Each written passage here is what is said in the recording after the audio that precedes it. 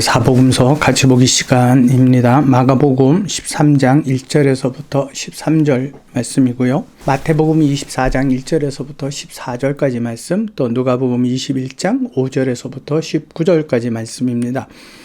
오늘 제목은 예루살렘 멸망 때에 나타날 징조가 무엇입니까? 라고 제자들이 물었을 때에 예수님의 대답을 같이 생각하는 시간인데, 다음 주에까지 이 말씀을 같이 나누려고 합니다. 종말, 그리고 언제 그러한 징조들이 나타나겠습니까? 라는 것에 있어서 기독교인들의 가장 큰 관심거리 중 하나라고 분명히 생각을 합니다. 종말 혹은 하나님의 마지막 심판에 대한 성경 본문 이해를 돕고자 예언서 해석에 적용되는 두 가지 문제를, 관점을 좀 말씀드리려고 합니다. 첫째는 그 예언이라고 하는 것은 역사적인 사실, 앞으로 되어질 역사적 사실을 두고 예언으로 설명하기도 합니다. 두 번째는 세상에 일어날 그 역사적 사건을 비유로 해서 또 하나님의 시간표, 하나님의 계획을 알려주는 겁니다. 그렇기 때문에 이것은 거의 대부분이 상징적인 표현이고 또 상징적인 해석으로 밖에는 해석이 안 되는 부분이 되겠죠. 역사적 사실에 있어서 누가복음 21장 20절에 보면 예루살렘의 멸망에 대해서 제자들이 물었을 때 너희가 예루살렘이 군대들에게 에워싸이는 것을 보거든 그 멸망이 가까운 줄 알라. 이것은 사실적으로 로마군에 의하여서 예루살렘이 멸망당하는 것을 이야기하고 있거든요. 그렇기 때문에 예수님의 그 예언에는 그 역사적인 사실이 포함이 되어져 있습니다. 또 두 번째, 그 세상의 사건에 대하여서 비유적이고 상징적인 설명의 예언에 관해서는 마가복음 13장 26절에서부터 27절 말씀이 됩니다. 그때의 인자가 구름을 타고 큰 권능과 영광으로 오는 것을 사람들이 보리라. 그것은 하나님의 일을 그냥 알려주는 거예요. 된다 안 된다를 떠나서 하나님의 계획이 이렇게 진행이 된다라는 것을 설명해 주는 겁니다. 또 그때의 천사들이 보내어 자기가 택하신 자들을 땅 끝에서부터 하늘 끝까지 사방에서 모을 것이다 라고 하는 거죠. 그러니까 이것은 우리의 어떠함에 대한 것이 아니라 하나님의 이해의 시간표가, 하나님의 계획과 목적의 시간표가 이렇게 진행이 된다라는 것을 이야기해 주는 거예요. 이는 역사적 사실이 될 사건이지만 하나님의 계획을 이와 같은 일들에 대해서 상징적으로 표현해 주고 있는 겁니다. 오늘 본문에서 예수님의 대답은 크게 두 부분으로 나누어질 수가 있는데, 첫째는 다니엘 말씀을 인용하셨죠. 멸망에 가증한 것이 서지 못할 것에 선 것을 보거든 라는 것을 기점으로 해서 예수님께서는 두 가지 기준을 말씀하고 계신데, 첫째, 가증한 것이 서지 못할 것에 선 것을 보기 이전의 말씀은 종말 전체, 예루살렘 멸망뿐만 아니라 예루살렘 멸망을 종말로 표현한 거예요.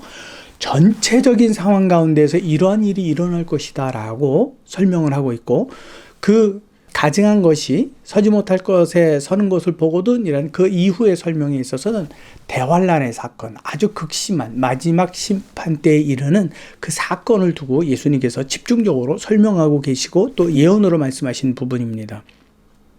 그러므로 오늘 같이 나눌 말씀은 그 예루살렘 멸망뿐만 아니라 세상 종말의 심판에 관한 전체적으로 그때에 나타날 징조가 무엇이 있겠느냐라는 것에 대해서 예수님께서는 초점을 맞춰서 말씀을 하고 계십니다.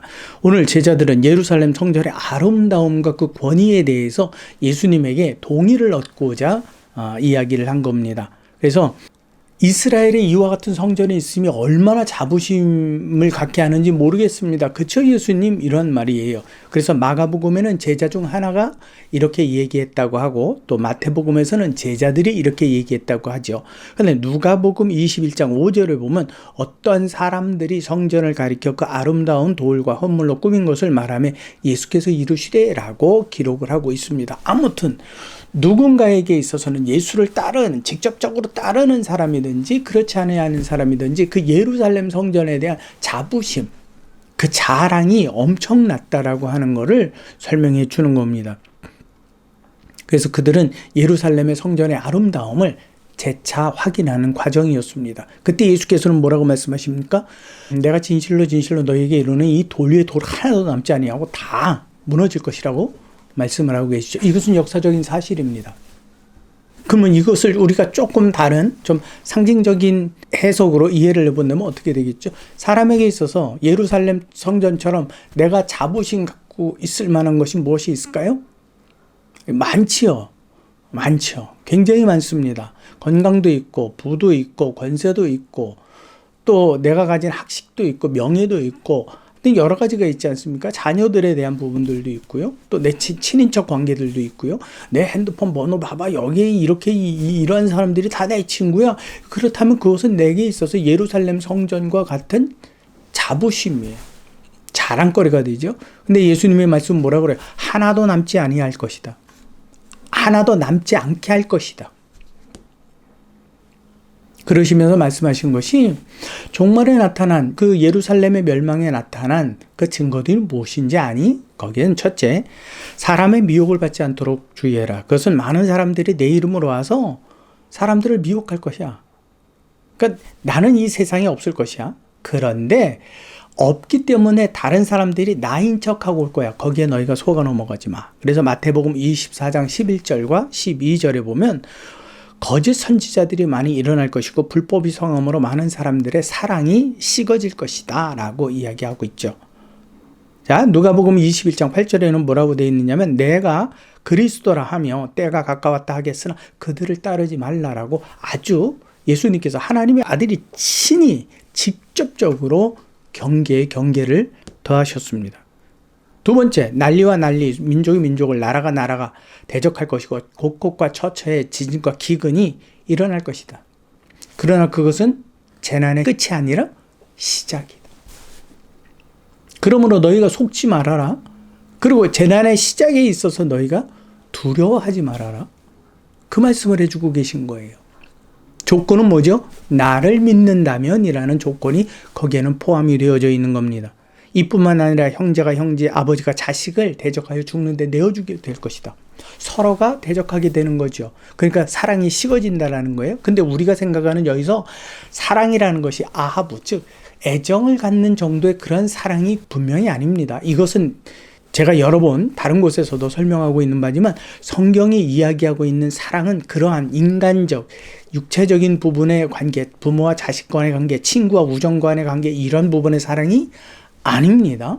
죄 용서와 중보 회개에 대한 부분이라고 여러 차례 말씀드렸습니다. 이제는 사람에 대해서 대적을 갖기 때문에 그 그리스도 안에서 서로가 서로에 대한 사랑이 없어질 것이다. 왜? 그리스도를 믿는 사람이 없어지기 때문에.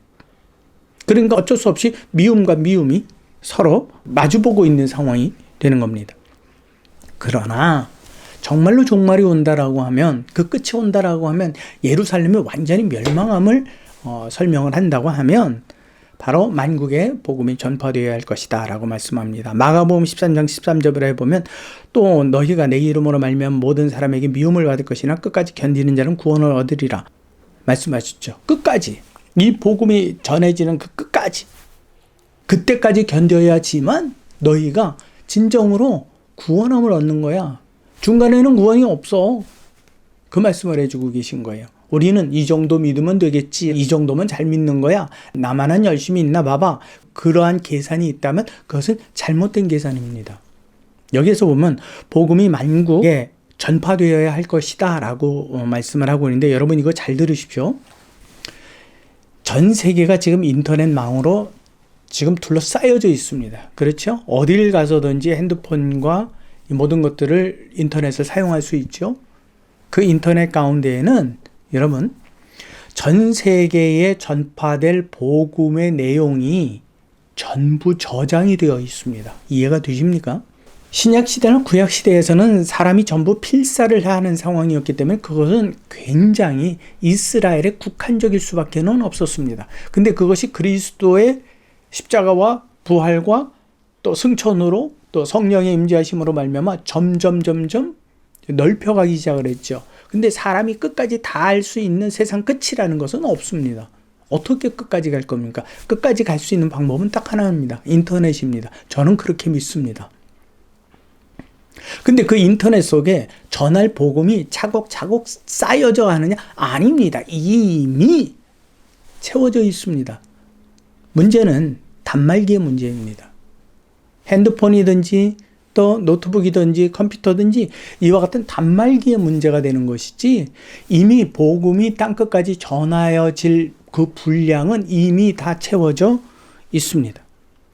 여러분, 우리가 이 부분을 꼭 기억해야만 합니다. 그래서 복음이 이미 전해질 만큼의 분량이 다 채워져 있는 상황이라면 종말은 이미 이전부터 진행이 되고 있는 상황이라는 이야기입니다.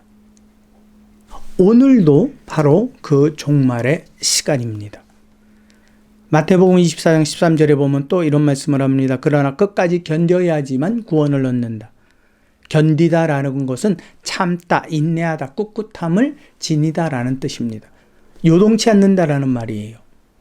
누가복음 21장 17절에서부터 19절에 보면 또 너희가 내 이름으로 말미암아 모든 사람에게 미움을 받을 것이나 너희 머리털 하나도 상하지 아니하리라. 너희 인내로 너희 영혼을 얻으라. 그라고 말씀하십니다.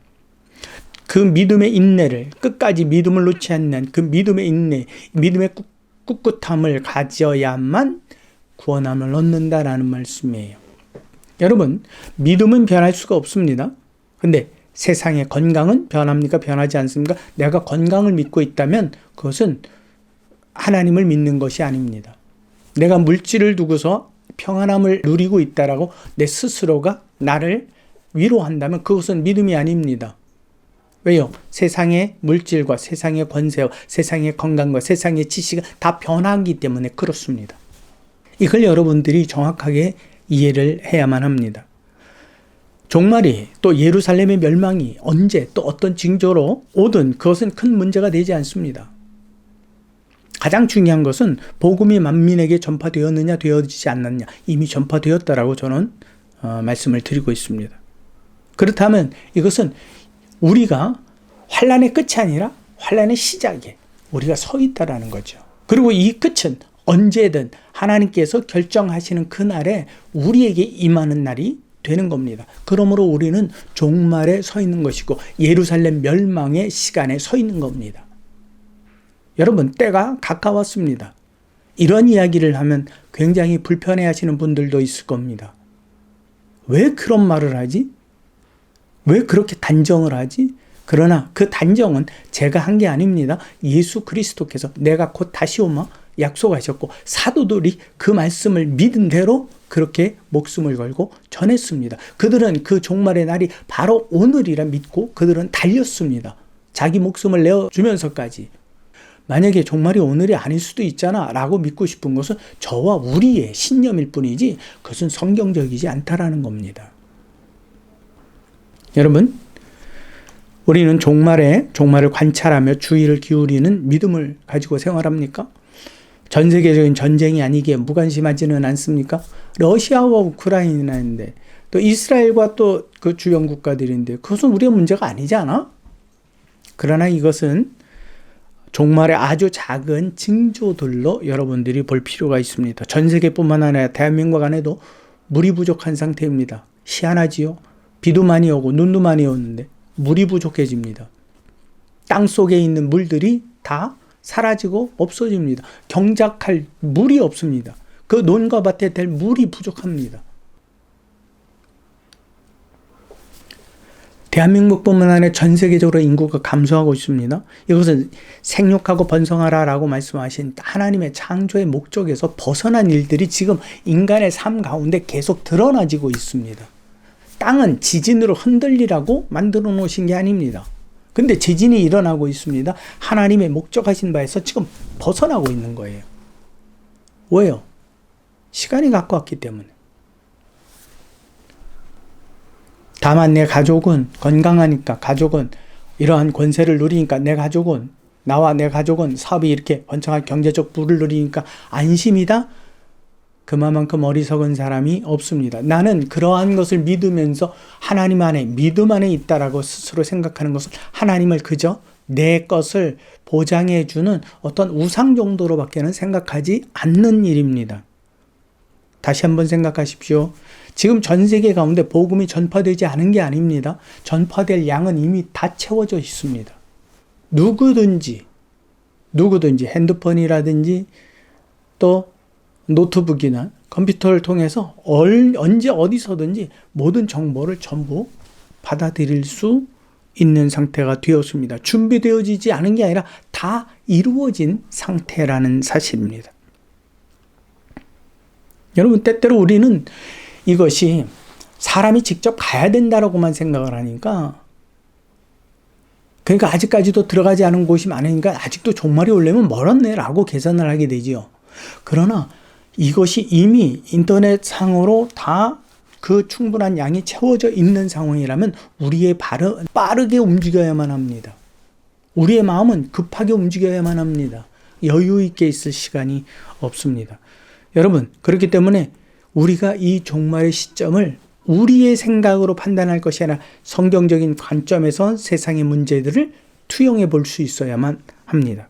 그러므로 예수님께서는 이렇게 말씀하십니다. 마태복음 24장 42절에 보면 그러므로 깨어있으라 어느 날에 너희 주가 임할는지 알지 못함이니라. 마태복음 25장 13절에 그런즉 깨어있으라 너희는 그날과 그때를 알지 못하느니라. 베드로전서 5장 8절에 보면 근신하라 깨어라 너희 대적마귀가 오는 사자같이 두루 다니며 삼킬 자를 찾는다라고 되어 있고, 요한계시록 16장 15절에 보면 보라 내가 도둑같이 오리니 누구든지 깨어 자기 옷을 지켜 벌거벗고 다니지 아니하며 자기의 부끄러움을 보이지 아니하는 자가 복이 있도다라고 말씀합니다. 사도 바울은 로마서 13장 11절에서부터 14절에 이렇게 기록을 하고 있습니다. 또한 너희가 이 시기를 알거니와 자다가 깰 때가 벌써 되었으니 이는 이제 우리의 구원이 처음 믿을 때보다 가까웠음이니라. 밤이 깊고 낮이 가까웠으니 그러므로 우리가 어둠의 일을 벗고 빛의 갑옷을 입자. 낮에와 같이 단정히 행하고 방탕하거나 술 취하지 말며 음란하거나 호색하지 말며 다투거나 시기하지 말고 오직 주 예수 그리스도를 옷 입고 정욕을 위하여 육신의 일을 도모하지 말라라고. 벌써 이미 2000년 전에 바울은 이것을 경고하면서 믿음의 근신을 갖추라고 우리에게 권면하고 있습니다. 그러면 이 경고를 여러분 가만히 생각해 보십시오. 하나님의 3층 천을 오르락내락할 기도의 능력의 사람입니다. 그가 이미 그 시대부터 그때로부터 이 종말의 때를 경고했다라면 우리는 어떻게 보면 종말의 시간을 지나고 있는 것이라고 볼 수도 있는 거예요. 충분히 종말의 시간에 우리는 그 시간 중앙에 서 있다는 이야기죠. 2000년 동안 이것을 외치고 있는 겁니다. 성경은. 바울의 문제가 아니라 성경이 외치고 있는 겁니다. 예루살렘의 멸망 때 나타날 징조를 물은 제자들에게 종말의 시간 전체에 나타날 일들과 결정적인 증거를 대답하여 주신 예수님의 말씀을 기억하고 우리는 이 시대를 이해하고 또 읽어내며 살아가야 될 충분한 이유가 있습니다. 이것은 우리의 생각이 아니라 예수께서 친히 말씀하셨습니다. 무화과 나무를 보고 그 때와 시기를 분별하라고. 주 안에서 하나님의 시간을 준비하는 저와 여러분 되시기를 진심으로 소망합니다.